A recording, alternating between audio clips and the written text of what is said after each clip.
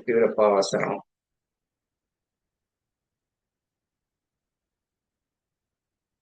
കൊട്ടിയൂർ വൈശാഖ മഹോത്സവത്തിന്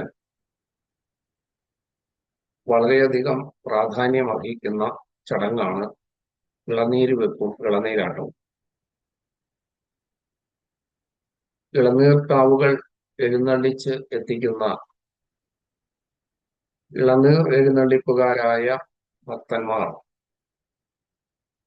വിഷുക്കണി ദർശിച്ച് വ്രതം ആരംഭിക്കുകയാണ് ചെയ്യുക.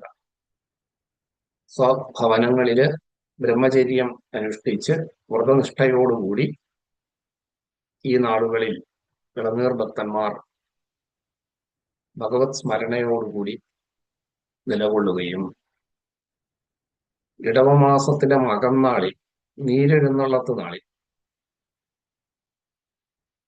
മഠങ്ങളില് പ്രവേശിക്കുകയും തുടർന്ന് വ്രതധാരികൾ പാകം ചെയ്ത കഞ്ഞി ഭഗവാന് നേദിച്ച് അവർ കഴിക്കുകയും പ്രസാദമായി ഭക്തജനങ്ങൾക്ക് കഞ്ഞിപ്പുരങ്ങളിൽ നിന്നും വിതരണം ചെയ്യുകയും ചെയ്യുന്നു. ഈ ഒരു നിഷ്ഠ ചോദ്യനാൾ വരെ, കൊട്ടിയൂരിൽ നെയ്യാട്ടം നടക്കുന്ന ചോദ്യനാൾ വരെ ഈ ഒരു ക്രമമാണ് തുടരുക. ചോദ്യനാളില് ഒരിക്കൽ അന്ന് രാത്രി ഉപവസിച്ച് പിറ്റേന്നാൾ പ്രഭാതത്തില് ഓരോ ദേശത്തെയും ഇളനീർ വ്രതധാരികളായിട്ടുള്ള ഭക്തന്മാര് ഒരുമിച്ച് ചേർന്ന് തങ്കയാനിൽ നിന്ന് മന്ത്രോപദേശം സ്വീകരിക്കുകയും തുടർന്ന് കഞ്ഞിപ്പുരകളില് പ്രവേശിച്ചു കഴിഞ്ഞാല് കൂടുതൽ ക്ലിഷ്ടമായിട്ടുള്ള കഠിനമായിട്ടുള്ള വ്രതചര്യകളിലൂടെയാണ് കടന്നു പോവുക.